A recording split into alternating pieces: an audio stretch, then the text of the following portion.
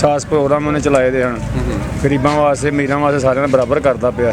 ਉਹ ਡਾਲਰ 205 208 ਰੁਪਏ ਦਾ ਹੋ ਗਿਆ ਜੀ ਜੀ। ਇਹ ਤੇ ਹਕੂਮਤ ਜਿਹੜੀ ਹੈ ਇਹ ਕਹਿ ਰਹੀ ਕਿ ਅਸੀਂ ਮਹਿੰਗਾਈ ਖਤਮ ਕਰਨਾ ਹੈ। ਕੀ ਲੱਗਦਾ ਇਹ ਨਹੀਂ ਹੋ ਸਕਦਾ। ਇਹ ਨਹੀਂ ਜਿਹੜਾ ਆਉਂਦਾ ਚੋਰ ਹੀ ਆਉਂਦਾ, ਚੋਰੀ ਅੰਦਰ 101 ਵੱਧ ਕੇ ਚੋਰ ਆਪਣੇ ਆਪਣੇ ਕੰਮ ਤੇ ਸਾਰੇ ਸਿੱਧੇ ਕਰਦੇ ਨੇ। ਲੇਕਿਨ ਇਮਰਾਨ ਖਾਨ ਦੀ ਹਕੂਮਤ ਤੇ ਕੰਟਰੋਲ ਹੀ ਮਹਿੰਗਾਈ।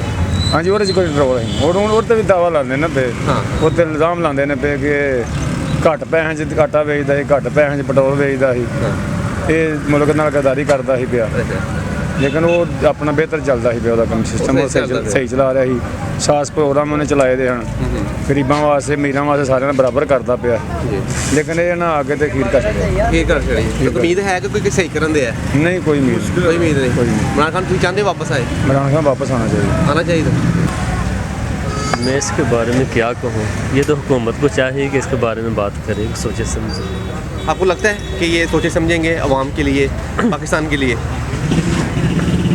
ये मुझे नहीं लगता।